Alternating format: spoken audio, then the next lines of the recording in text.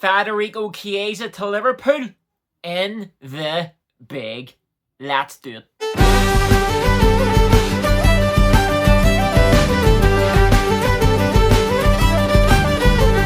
Well, what's happening, everybody? I hope you are all doing well. And if you haven't done already, please don't forget to comment, like, and subscribe. I'd really appreciate it. I'm just doing another quick Liverpool-related video because I don't know if you're aware or if you are aware about the breaking news all over the place at the minute is that Liverpool are actively trying to sign Frederico Chiesa from Juventus. It's basically come out of nowhere. I believe it was around about 5 o'clock this evening. Fabrizio Romano was the first to report it that Liverpool is contacted Juventus over Chiesa. And then since then, all the Liverpool fans were a bit dubious initially. But since then, all the major Liverpool journalists, such as like Paul Joyce and the like, are coming out basically saying the same thing. That Liverpool is actively trying to sign or have contacted Juventus about the availability of Federico Chiesa. And I'm looking at my Twitter feed or X or whatever you want to call it, and I'm amazed by the amount of actual negativity online towards this, and I don't see why. They're all saying it's complete desperation, acts of desperation, typical FSG cheapskates. Don't get me wrong, I understand where the logic comes in regards to the cheap aspect, but I really don't see the need for negativity about this potential transfer. I personally think it's a win-win. Firstly, there is talk it could cost £15 million, which to a club like Liverpool is peanuts, let's face it. And by all accounts, he wants €160,000 per week at Juventus for a new deal. And Liverpool have already saved well more than that via Joe Matip, Thiago, and all the player sales they've made this summer. So it'll be, they're not, even if the transfer doesn't go successfully, you won't be losing that much anyway. So in that regard, it's a win-win. But potentially, if you get Chiesa fit and back to his best, this is potentially the bargain signing of the summer. I genuinely do believe that. I have always been a massive Federico Chiesa fan. I was looking back at my old tweets and from 2021 when I was basically saying it, and I still believe that. Back then, I would rather have Chiesa over Mbappe. That's how highly I rated him. I just can remember seeing him live and I was blown away, just wow, that's a player. And can play left forward, centre forward potentially, and right forward, so can fill all those three positions. Yes, the injuries are a major concern, and especially knee ligaments, which was about 2 years ago now, they are a major concern. There's no getting away from it. He's 26 now, coming 27 in another month or two. Still a relatively young guy, having over 4 or 5 years at the very top.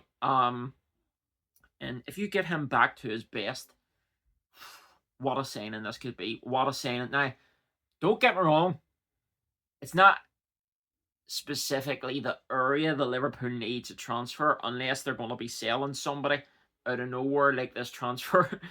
But what a signing. Liverpool, in my opinion, still need, the most urgent priority for me would be a centre-back that can also play left-back, because I do believe Gravenberch is playing pretty well. But the second signing, in my opinion, would be a defensive midfielder or a number 6. But any signing is a good signing, in my opinion, at present. And yeah, I, for one, am very excited about this potential, and I will stress potential signing because it's Liverpool at the end of the day. But what does everybody else think of it? Are you as excited about Chiesa? Are you not excited? Where does this potentially leave other forwards?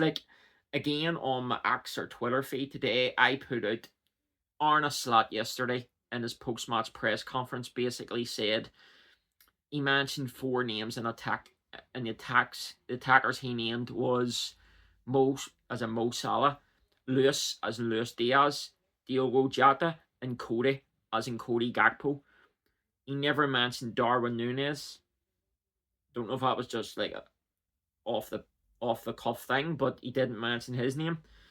Also didn't mention Harvey Elliott, but Harvey Elliott is more of a midfielder, but obviously he come on the right wing there at the weekend. But the Darwin Núñez situation, if Chiesa comes, where does that leave Núñez? Because it's obvious in my opinion, looking at Arne Slot's first few games, that his preferred front three is Luis Diaz, Diogo Jota, and Mo Salah.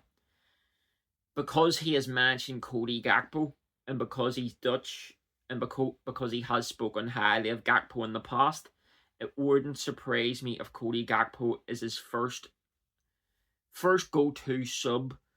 If not, will be rotating with Diaz and Jota, for example. So I think Gakpo will be used quite a lot this season. And then you're bringing potentially in Federico Chiesa, and Liverpool, especially under the new regime with Edwards and Hughes, I don't think they'll be bringing in players just to waste them again, like Arthur Melo. I think they will be bringing them in to at least use him. So I personally think Chiesa will be potentially next behind Gakpo as like the second sub. Could be coming on for maybe Mo Salah and stuff like that. Maybe the odd time up front.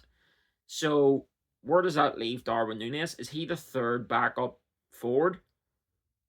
And in my opinion, I rate Darwin Núñez, but you cannot be spending 75 million on a player just to have him as your third choice backup.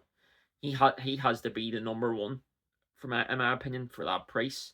Don't think anything's going to happen to him the rest of this window. I'll be shocked if it does, but long term, I don't know what that thinks. But what does everybody think about potentially Chiesa? Do you rate it? Do you not rate it? Let me know in the comments.